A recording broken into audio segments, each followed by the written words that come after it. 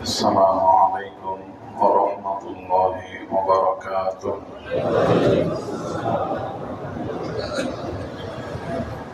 الحمد لله نحمده ونستعينه ونستغفره ونؤمن به ونتوكل عليه ونعوذ بالله من شرور أنفسنا ومن سيئات أعمالنا. من يهده الله فلا مضل له ومن يضلله فلا هادي له ونشهد أن لا إله إلا الله وحده لا شريك له لا ضد له ولا ند له ولا مثل له ونشهد أن سيدنا وسندنا وحبيبنا ومولانا محمد الذي أرسله بالحق بشيرا ونذيرا وداعيا إلى الله بإذنه وسراجا منيرا. أما بعد فأعوذ بالله من الشيطان الرجيم. بسم الله الرحمن الرحيم. وإذا ناديتم إلى الصلاة اتخذوها هزوا ولعبا ذلك بأنهم قوم لا يعقلون. وقال النبي صلى الله عليه وسلم من أذن 7 سنين محتسبا كتب له براءة من النار أو كما قال عليه الصلاة والسلام. صدق الله مولانا العظيم وصدق رسوله النبي الكريم ونحن على ذلك من الشاهدين والشاكرين والحمد لله رب العالمين. محبت الشريف درود شريف پاک کরি। اللهم صل على محمد وعلى آل محمد كما صليت على إبراهيم وعلى آل إبراهيم إنك حميد مجيد. اللهم بارك على محمد وعلى آل محمد كما باركت على إبراهيم وعلى آل إبراهيم إنك حميد مجيد. بلغ العلا بكماله كشف الدجى بجماله.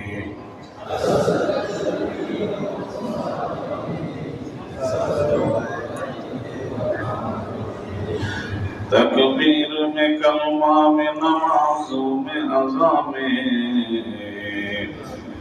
ہے نام الہی سے ملا نام محمد ہے نام الہی سے ملا نام محمد. محبوب کیا صلی علی نام محمد آنکھوں کی ضیا دل کی جلا نام محمد. بلغ العلا بکمالہ کشف الدجى بجمالہ حسنت جمیع خصالہ صلوا علیہ وآلہ. محترم حاضرین، اللہ رب العالمین দরবারে লাখ কোটি শুকরিয়া যে রব্বুল আলামিন দয়া করে মেহেরবানি করে আমাদেরকে তার ঘরে জুমার নামাজ পড়তে আসার জন্য তৌফিক দান করেছেন। সে রব্বুল আলামিনের দরবারে মন খুলে শুকরিয়া আদায় করি আলহামদুলিল্লাহ। প্রতিদিন মসজিদ থেকে 5 বার আজানের ধ্বনি উচ্চারিত হয়। সেই আজান শুনে আমরা মসজিদের দিকে ছুটে আসি। এই যে আজান, এটা আল্লাহ তাআলার পক্ষ থেকে নির্ধারিত কিছু শব্দ এবং সেটা কোনো সাধারণ বিষয় না। আল্লাহ তাআলা এই আজানকে আমাদের জন্য শুধু নামাজের আহ্বানের জন্যই দেননি, এর ভিতরে রয়েছে ঈমানের বাণী, আল্লাহ তাআলার বড়ত্বের বাণী, তাওহীদের বাণী, রিসালাতের বাণী, আমাদের সফলতার বাণী রয়েছে। আজানের ইতিহাস দেখলে দেখা যায়, বুখারী শরীফের হাদিসের ভিতরে আসছে, আব্দুল্লাহ ইবনে ওমর রাদিয়াল্লাহু আনহু বর্ণনা করেন, নবী করিম সাল্লাল্লাহু আলাইহি ওয়াসাল্লাম যতদিন মক্কাতে ছিলেন, মক্কায় আজান ছিল না, নামাজের জন্য ডাকার বিশেষ কোনো পদ্ধতি ছিল না। কিন্তু যখন মদিনায় আসলেন, মদিনায় মুসলমানের সংখ্যা দ্রুত বাড়তে থাকলো। অনেক মানুষ দেখা যায়, কেউ আগে আসে, কেউ পরে আসে, একটু বিশৃঙ্খলা হতে থাকলো। নবীজি সাল্লাল্লাহু আলাইহি ওয়াসাল্লাম সাহাবায়ে কিরামকে নিয়ে পরামর্শে বসলেন, হে আমার সাহাবাগণ, কিভাবে শৃঙ্খলা আসবে, একই সময়ে আমরা নামাজে একত্রিত হতে পারি, কোন তরিকায়? একজন এক এক পরামর্শ দিল। কেউ বলল নামাজের সময় ঘন্টা পিটানো হোক, এই ঘন্টার আওয়াজ শুনে মানুষ নামাজের জন্য মসজিদে চলে আসবে। এর বিপরীতে কেউ বলল এটা তো খ্রিস্টানদের তরিকা, এটা আমরা করতে পারি না, এটা বা। কেউ প্রস্তাব দিল যে নামাজের সময় সিংহা বাজানো হবে, সিংহায় ফু দেওয়া হবে, বা সিংহের মতো বেজে উঠবে, মানুষেরা মসজিদে একত্রিত হয়ে যাবে। এর বিপরীতে কেউ বলল এটা তো ইহুদিদের তরিকা, এটাও চলবে না। কেউ বলল তাহলে আগুন জ্বালানো হোক, উঁচু টিলার উপরে আগুন জ্বালানো হবে, যেহেতু পাহাড় বেষ্টিত এলাকা, তো পাহাড়ের টিলার উপরে যখনই নাকি আগুন জ্বলবে, মানুষ বসবে, আগুনের সময়, নামাজের সময় হয়ে গেছে, আগুন দেখে নামাজে চলে আসবে। কেউ বললো এটা তো অগ্নি পূজকদের তরিকা, যারা আগুনের পূজা করে তারা এইভাবে অক্তে অক্তে আগুন জ্বালায় ইবাদতের সময়, এটাও আমরা করতে পারি না। এইভাবে বিষয়টা স্থগিত থাকলো। এক সাহাবীর ভিতরে এই বিষয়টা নিয়ে অনেক বেশি অস্থিরতা ছিল। ওনার নাম ছিল আব্দুল্লাহ ইবনে যায়েদ বিন আব্দে রব্বিহি। এই হযরত আব্দুল্লাহ ইবনে যায়েদ, উনি রাতের বেলা ঘুমিয়ে আছেন, আল্লাহ তাআলার পক্ষ থেকে উনি একটা স্বপ্ন দেখলেন। স্বপ্নে দেখেন যে এক ব্যক্তি কিছু ঘন্টা নিয়ে রাস্তা দিয়ে যায় আর বলে ঘন্টা বিক্রি হবে, কারো লাগবে নাকি, ঘন্টা বিক্রি হবে, কারো লাগবে নাকি। আসলে ফেরেশতা আল্লাহর পক্ষ থেকে স্বপ্ন দেখায়। আব্দুল্লাহ ইবনে যায়েদ বলে, হ্যাঁ আমার লাগবে। উনি বললেন যে কেন লাগবে, কি প্রয়োজন? প্রয়োজন হলো নামাজের সময় এই ঘন্টা আমি পিটাবো, এর আওয়াজ শুনে মানুষ মসজিদে আসবে। ফেরেশতা এবার বলে, এর থেকেও তো উত্তম পদ্ধতি আমি আপনাকে শিখিয়ে দিতে পারি, বলবো? সাহাবী বলেন, অবশ্যই বলেন।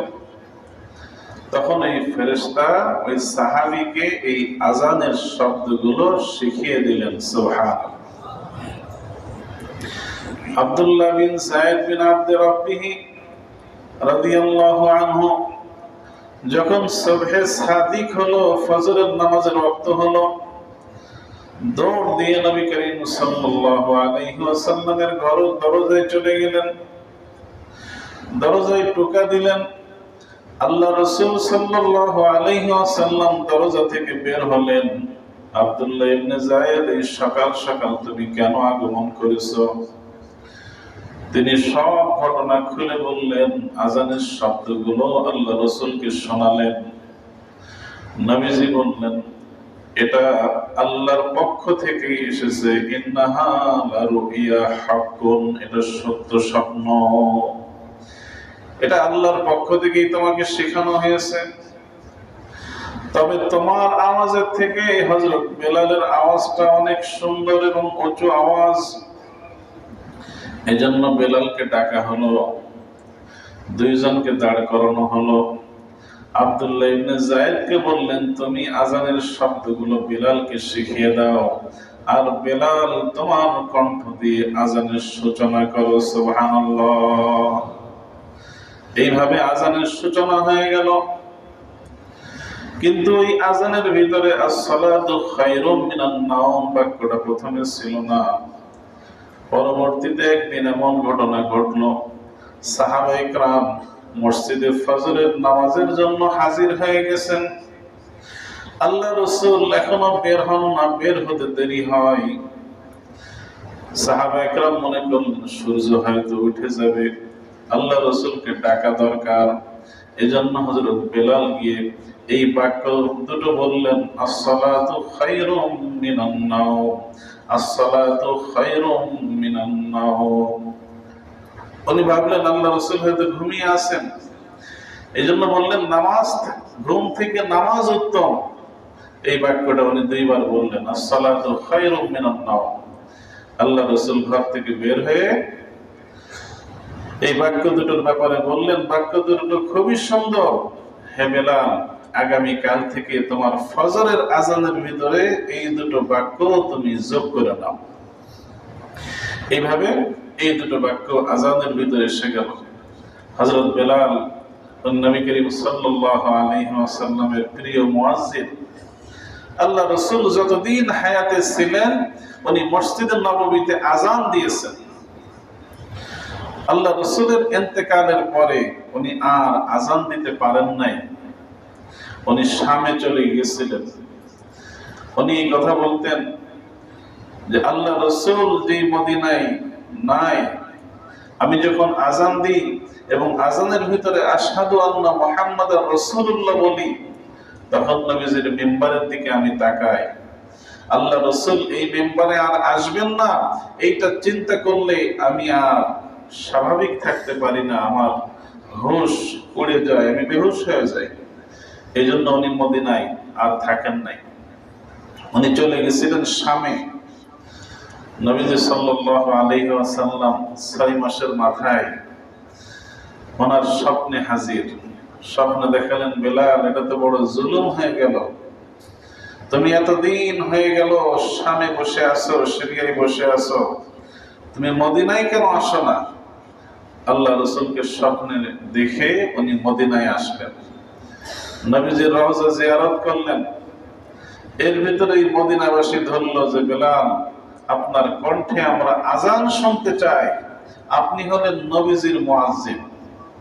হযরত বেলাল কোনোভাবে রাজি হন না, যে না, আমি যদি এখানে দাঁড়াই আজান দেওয়ার জন্য আর আমি আল্লাহ রাসূলকে দেখতে পাবো না, এটা আমি সহ্য করতে পারবো না, আমি বেহুশ হয়ে যাব। সকলে মিলে নবী করিম সাল্লাল্লাহু আলাইহি ওয়াসাল্লামের দুই প্রিয় নাতি হযরত হাসান এবং হুসাইনকে ধরলো যে তোমরা গিয়ে আবেদন করো, তোমরা আবেদন করলে সেই আবেদন প্রত্যাখ্যাত হবে না।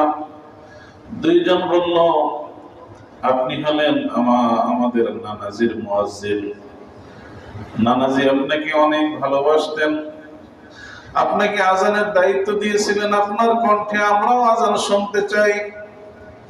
হযরত বেলাল এই আবেদন প্রত্যাখ্যান করতে পারলেন না, আজান দেওয়া শুরু করলেন।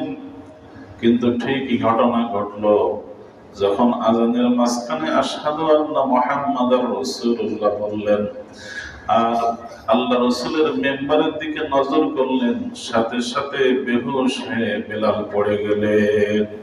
আজানটা শেষ করতে পারেন নাই। আল্লাহ রাসূলের প্রতি এত মহব্বত ছিল, এত ভালোবাসা ছিল, ওনাদের ছিল আসলে ওই ধরনের ভালোবাসা।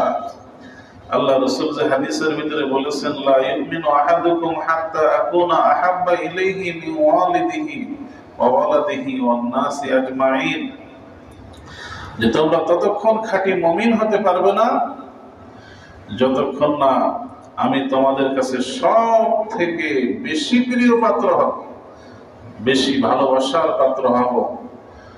কার থেকে? পিতা মাতা, সন্তানাদি, সমস্ত মানুষ। এর থেকে আল্লাহ রাসূল আমাদের কাছে যখন প্রিয় হবেন, নবীজিকে সব থেকে বেশি ভালোবাসতে পারবো, তখনই আমরা খাঁটি মুমিন হতে পারবো, যেটা দেখিয়ে গেছেন সাহাবে ইকরাম।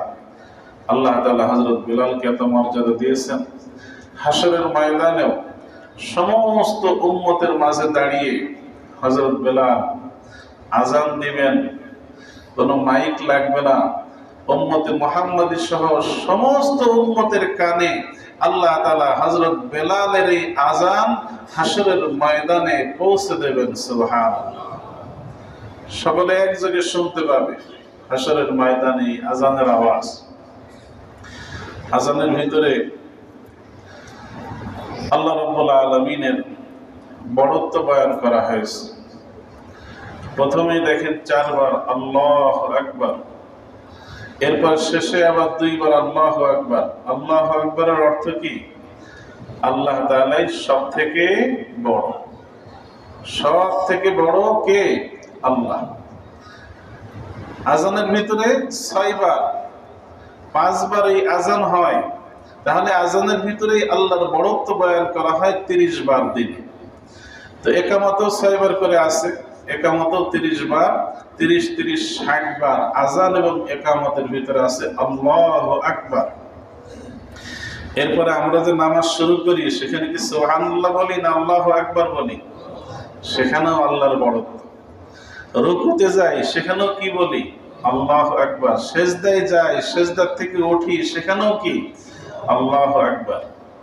এইভাবে হিসাব করে দেখা যায় আযান, ইকামত, আমাদের 5 ওয়াক্ত ফরজ নামাজ, আগে পরে যে সুন্নাতগুলো আছে, সুন্নাত, বেতের, এইভাবে আমরা নামাজ, আযান, ইকামতের ভিতরে 296 বার আল্লাহু আকবার বলি। আল্লাহু আকবার। আল্লাহ বড়, আল্লাহ বড়, আল্লাহ বড়। এরপরে যদি আরো ধরেন, প্রতি নামাজের পরে আল্লাহ রাসূল জিকির শিখিয়ে দিয়েছেন 33 বার সুবহানাল্লাহ, 33 বার আলহামদুলিল্লাহ, আর 34 বার কি?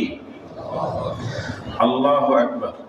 এই 34 বারের হিসাব যদি 5 ওয়াক্তেরটা ধরেন, তাহলে আযান, ইকামত, নামাজ এবং নামাজের পরে 34 বার আল্লাহু আকবারের জিকির, এইটা সহ 5 ওয়াক্ত নামাজে আমরা 466 বার আল্লাহু আকবার উচ্চারণ করে থাকি। আল্লাহু আকবার। আল্লাহু আকবারের অর্থ হলো আল্লাহ মহান, আল্লাহ সব থেকে বড়। আমাদের অন্তরে এই কথাটা বসানোর জন্য আল্লাহু আকবারের জিকির এত বেশি দেওয়া হয়েছে, যেন সমস্ত কিছু থেকে আমরা মুখ ফিরিয়ে নিই, একমাত্র আল্লাহর দিকেই আমরা মুখাপেক্ষী হই, আল্লাহর দিকেই আমরা ধাবিত হই, আল্লাহকে সব থেকে বড় মানি। মুমিনের অন্তরে সব ক্ষেত্রে একজনেরই বড়ত্ব কাজ করবে, তিনি হলেন কে? আল্লাহ। আল্লাহই হলেন সব থেকে বড়। এই বিশ্বাস, এই ধারণা যখন আমার ভিতরে চলে আসবে, তখন আমার ভিতরে প্রকৃত তাওয়াক্কুল আসবে, আল্লাহর প্রতি ভরসা আসবে, তাওয়াক্কুলের গুণ আমার অর্জিত হয়ে যাবে, আর অহংকার থেকে মানুষ মুক্ত হয়ে যাবে। এজন্য কোরআন মাজিদের এই যে আয়াতুল কুরসি আছে, আয়াতুল কুরসির এত ফজিলত, আয়াতুল কুরসির এত গুণাগুণ, আয়াতুল কুরসি পড়লে এত নেকি, এত উপকার। এর কারণ হলো আয়াতুল কুরসির ভিতরে আল্লাহ তাআলার পরিচয় দেওয়া হয়েছে, আল্লাহ তাআলার বড়ত্ব বয়ান করা হয়েছে। এমনি ভাবে সূরা হাশরের শেষ 3 আয়াত এত দামি, এই 3টা আয়াত, এই 3টা আয়াত পড়লে এত ফজিলত। হাদিসের ভিতরে আসছে, দিনের শুরুতে যদি কেউ সূরা হাশরের শেষ 3 আয়াত পড়ে আর পড়ার আগে আউযু বিল্লাহিস সামিউল আলিম মিনাশ শাইতানির রাজীম 3 বার পাঠ করে। 3 বার আউযু বিল্লাহিস সামিউল আলিম মিনাশ শাইতানির রাজীম এটা পড়ে সূরা হাশরের শেষ 3 আয়াত যে ব্যক্তি ফজরের পরে পড়বে আল্লাহ তাআলা ৭০,০০০ রহমতের ফেরেশতা নিয়োজিত করে দিবেন, তারা সন্ধ্যা পর্যন্ত তার জন্য রহমত এবং মাগফিরাতের দোয়া করতে থাকবে। শুধু তাই না, ওই দিন সন্ধ্যার আগে যদি তার ইন্তেকাল হয়ে যায় সে শাহাদাতের মর্যাদা লাভ করবে। অনুরূপ ভাবে যদি সন্ধ্যার পরে মাগরিবের পরে আবার আউযু বিল্লাহিস সামিউল আলিম মিনাশ শাইতানির রাজীম 3 বার পাঠ করে সূরা হাশরের শেষ 3 আয়াত পাঠ করে আল্লাহ রাব্বুল আলামিন আবার ৭০,০০০ রহমতের ফেরেশতা নিয়োজিত করে দিবেন, তারা ফজর পর্যন্ত তার জন্য রহমত এবং মাগফিরাতের দোয়া করতে থাকবে। আর ফজরের আগে যদি তার ইন্তেকাল হয়ে যায় আল্লাহ তাআলা তাকে শাহাদাতের মর্যাদা নসিব করে দিবেন। এই যে 3 আয়াতের এত ফজিলত, কারণ এর ভিতরে আল্লাহ তাআলার পরিচয় বর্ণনা করা হয়েছে, আল্লাহ তাআলার বড়ত্ব বর্ণনা করা হয়েছে। সুবহানাল্লাহ। আলহামদুলিল্লাহ কদ্দারা খায়রা ওয়া খাবালা আশ-শুকরু লিমান সাওয়ারা হুসনা ওয়া জামালা আশ-শুকরু লিমান সাওয়ারা হুসনা ওয়া জামালা। এই আযান এর ফজিলত যদি আপনাদেরকে আমি হাদিস থেকে শোনাই, নবী করিম সাল্লাল্লাহু আলাইহি ওয়াসাল্লাম ইরশাদ করেছেন, আবু দাউদ শরীফের হাদিস, যে আযান যখন মুয়াজ্জিন সাহেব দিতে থাকবে তখন তোমরা মুয়াজ্জিন সাহেবের সাথে আযানের জবাব দাও। মুয়াজ্জিন সাহেব যা কিছু বলবে উনি বলার পরে আমাদেরকেও ওইটা বলা, এটাই আযানের জবাব। আল্লাহ রাসূল বলেন আযানের জবাব যে সঠিকভাবে দেবে দাখালাল জান্নাহ, সে জান্নাতে প্রবেশ করবে। আযানের জবাবটা কি? আল্লাহু আকবার আল্লাহু আকবার বলার পরে আমরাও বলবো কি আল্লাহু আকবার আল্লাহু আকবার। এটা একটা সুন্নাত আমল, এবং যেই কয়টা আমল করলে বিশেষভাবে হাদিসের ভিতরে জান্নাতে যাওয়ার কথা বলা হয়েছে, জান্নাতে প্রবেশের জন্য সহযোগী বলা হয়েছে, তার ভিতরে আযানের জবাব দেওয়া, আযানের পরে দোয়া পড়া, এটা অনেক গুরুত্বপূর্ণ আমল হিসেবে বয়ান করা হয়েছে। আশহাদু আল্লা ইলাহা ইল্লাল্লাহ যখন বলবে আমরাও বলবো আশহাদু আল্লা ইলাহা ইল্লাল্লাহ। যখন মুয়াজ্জিন সাহেব বলবে আশহাদু আন্না মুহাম্মাদার রাসূলুল্লাহ, আমরাও বলবো আশহাদু আন্না মুহাম্মাদার রাসূলুল্লাহ, দুইবারই বলবো। যখন বলবে হাইয়া আলাস সালাহ, আমরা বলবো লা হাওলা ওয়ালা কুওয়াতা ইল্লা বিল্লাহ। যখন বলবে হাইয়া আলাল ফালাহ, আমরাও বলবো লা হাওলা ওয়ালা কুওয়াতা ইল্লা বিল্লাহ। ফজরের নামাজে যখন বলবে as-সালাতু খায়রুম মিনান নাওম, তখন জবাবটা কি? এটা অনেকে একটু ভুলে যায়, যেহেতু এক ওয়াক্তে আসে ব্যতিক্রম, আবার যখন আযান হয় অনেকে ঘুমিয়ে থাকে, এরা অনেকেই মুখস্থ রাখতে পারেন না। দুইটা শব্দ সাদাকতা ও বারারতা। as-সালাতু খায়রুম মিনান নাওম এর জবাব হলো সাদাকতা ও বারারতা। এরপরে তো আবার আল্লাহু আকবার আল্লাহু আকবার লা ইলাহা ইল্লাল্লাহ, এখানে যা বলবে আমরাও তাই বলবো। আযানের যেমন একা জবাব দেওয়া এটা সুন্নাত, তেমনি ভাবে ইকামতের জবাব দেওয়াটাও মুস্তাহাব। ইকামতেরও জবাব দেওয়া, মুয়াজ্জিন সাহেব যখন ইকামত দেবে আমরাও হুবহু এই শব্দগুলো বলবো যেটা আযানের ভিতরে বলা হলো। ইকামতের ভিতরে একটা বাড়তি বাক্য আছে, কদ কামাতিস সালাহ, কদ কামাতিস সালাহ, এর জবাব হলো আকামাহাল্লাহু ওয়া আদামাহা, আকামাহাল্লাহু ওয়া আদামাহা। অনেক গুরুত্বপূর্ণ আমল। আমি এরকম অনেক বুজুর্গানে দিন দেখছি, অনেক আল্লাহওয়ালা দেখছি, ভালো মানুষ দেখছি, যাদের জীবনে কোনোদিন আযানের জবাব ছোটে নাই। এক বুজুর্গের মুখে শুনতেছিলাম, উনি বললেন যে আমার ৭০ বছর বয়স, আলহামদুলিল্লাহ যখন থেকে বালিগ হয়েছি উস্তাদদের মুখে এই ফজিলতের কথা শুনছি, এবং এটা এত দামি আমল, এটা জানছি কোনদিন আমার আজানের জবাব ছোটে নাই, ইকামতের জবাব ছোটে নাই। আজানের পরে আল্লাহ রাসূল সাল্লাল্লাহু আলাইহি ওয়াসাল্লাম বলছেন যে তোমরা দুরূদ শরীফ পাঠ করো।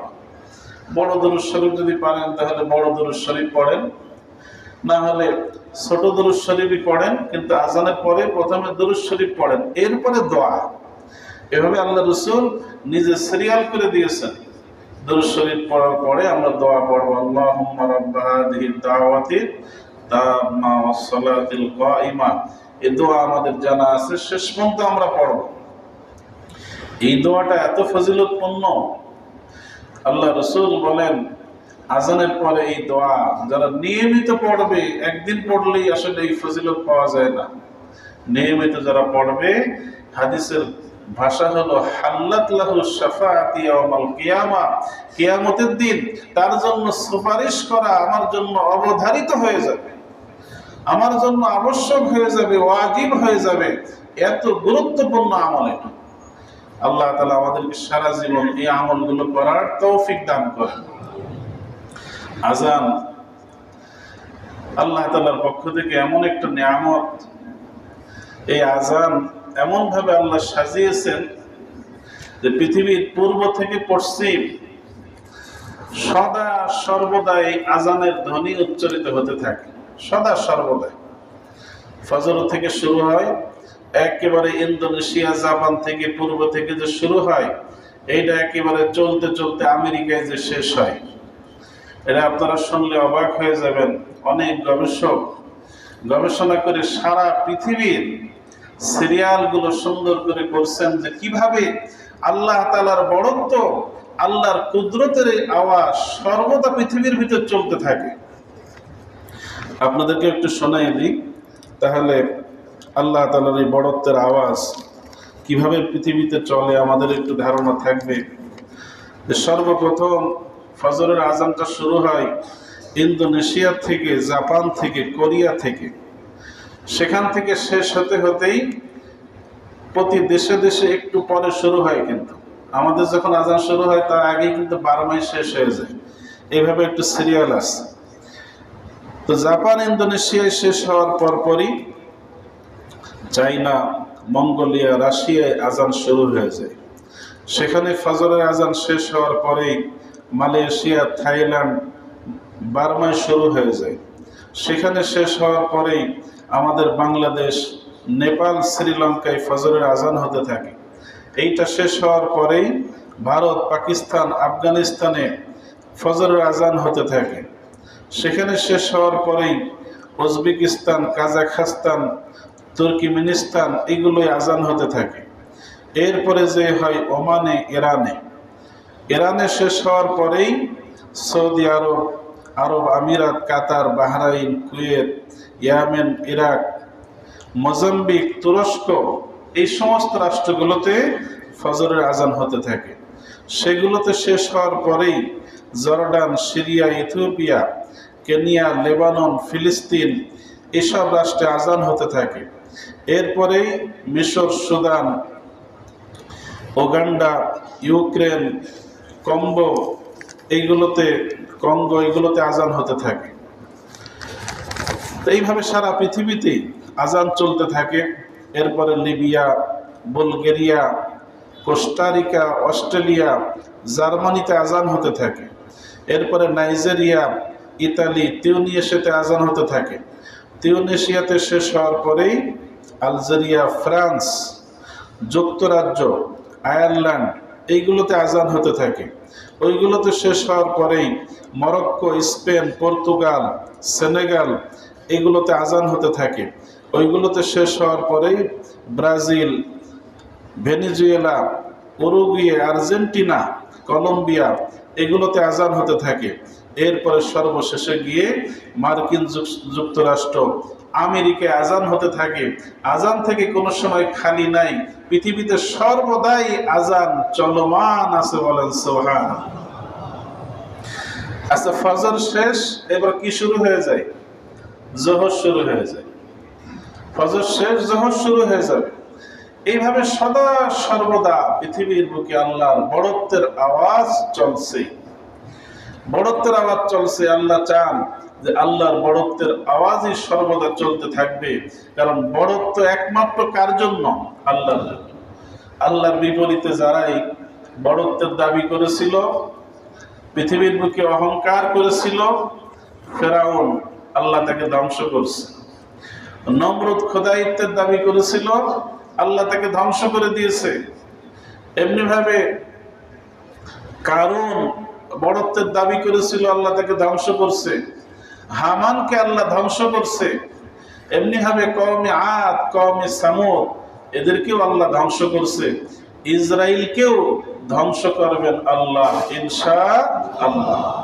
ইসরাইল সীমা লঙ্ঘন করেছে। আমাদের মুসলমান ভাই বোনদের উপরে, ফিলিস্তিনের উপরে জুলুম করতে করতে এমন সীমা ছাড়িয়ে গেছে, এরকম ফেরাউনও কিন্তু মনে করছিল যে কোনোদিন মনে হয় তাকে পাকড়াও করা হবে না। নমরুদও মনে করছিল কোনোদিন মনে হয় তাকে পাকড়াও করা হবে না। সাদ্দাদও মনে করছিল তাকে মনে হয় কোনোদিন পাকড়াও করা হবে না। আল্লাহ তাআলার মোকাবেলায় এরা বড় যুদ্ধ ঘোষণা করছিল। নমরুদ তো ইব্রাহিম আলাইহিস সালামকে বলছিল, তোমার আল্লাহ কোথায়? তোমার আল্লাহর সাথে যুদ্ধ করে আল্লাহকেও ধ্বংস করে দেব। আসমানের দিকে তীর ছুড়ছিল। আল্লাহ তাআলা ফেরেশতাদেরকে বলছিলেন যে মজা করে তীরের মাথায় একটু রক্ত লাগিয়ে দাও। এই রক্ত সব ফেরত আসছে। নমরুদ মনে করছে যে সব শেষ করে ফেলছে। আল্লাহ তাআলা একটা ন্যাংরা মশা দিয়ে নমরুদকে শেষ করে ফেলছে। ইসরায়েলকেও ধ্বংস করার ক্ষমতা আল্লাহর আছে না নাই? আল্লাহ তাআলা যেন ইসরায়েলের এই সমস্ত জুলুমের বদলা দিয়ে এদেরকে ধ্বংস করে দেন। আল্লাহ তাআলা আমাদের ফিলিস্তিনের ভাই বোনদেরকে হেফাজত করেন। তো যাই হোক, আযান হলো আল্লাহ তাআলার কুদরত এবং নিদর্শন। যত বিষয় আল্লাহর কুদরত এবং নিদর্শন আছে, এগুলোকে ইজ্জত করতে হয়, সম্মান করতে হয়। এই যে মক্কা মদিনার এত ইজ্জত, এত সম্মান, অনেক ভাই হজে যাবেন, অনেকে উমরায় যায়। মক্কা মদিনায় গিয়ে খুবই সতর্ক থাকতে হয়। এখানে হাজরে আসওয়াদ, এটা আল্লাহ তাআলার নিদর্শন। বাইতুল্লাহ শরীফ, এটা তো আল্লাহর ঘর, আল্লাহর নিদর্শন। এমনি ভাবে জমজম পানি, এটা আল্লাহ তাআলার একটা নিদর্শন। এমনি ভাবে মাকামে ইব্রাহিম যে পাথরটা আছে, যেই পাথরের উপরে দাঁড়িয়ে দাঁড়িয়ে ইব্রাহিম আলাইহিস সালাম বাইতুল্লাহ শরীফ নির্মাণ করেছিলেন, আল্লাহ তাআলার নিদর্শন। এই ধরনের এমনি ভাবে হারাম শরীফের ভিতরে খুবই সতর্ক হয়ে চলতে হয়। অনেক মানুষ আছে মক্কা মদিনায় গিয়েও একেবারে স্বাভাবিক গীবত, শিকায়েত, মিথ্যা কথা বলা, ঝগড়া ফাসাদ, এটা স্বাভাবিক বিষয় মনে করে না। শুধু মসজিদে হারাম না, মসজিদে হারাম ছাড়াও 4-5 কিলোমিটার এলাকাকে হারাম বলে ঘোষণা করা আছে। জমিনটাকে, ওখানে সবকিছু করা যায় না। আপনি ইচ্ছা করলেই একটা গাছের পাতা ছিঁড়তে পারবেন না, ডাল ভাঙতে পারবেন না। আপনার সামনে দিয়ে কবুতর ঘুরে বেড়াইতেছে, কবুতর ধরে আপনি খেতে পারবেন না। এটা 4-5 কিলোমিটার এলাকা ব্যাপী এই হুকুম। পুরো এলাকাটাকে হারাম বলা হয়।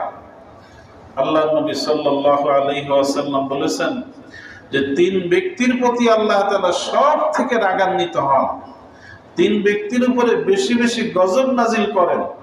এই 3 ব্যক্তির এক ব্যক্তি হলো মুলহিদুন ফিল হারাম, যারা হারামের ভিতরে গিয়ে, মক্কায় যেরকম একটা হারাম এলাকা, মদিনার ভিতরেও বিশেষ একটা এলাকা হলো হারাম এলাকা। ওখানে গিয়ে যারা গুনাহ করে, তাদের গুনাহও বেশি, আল্লাহর গজবও তাদের জন্য বেশি।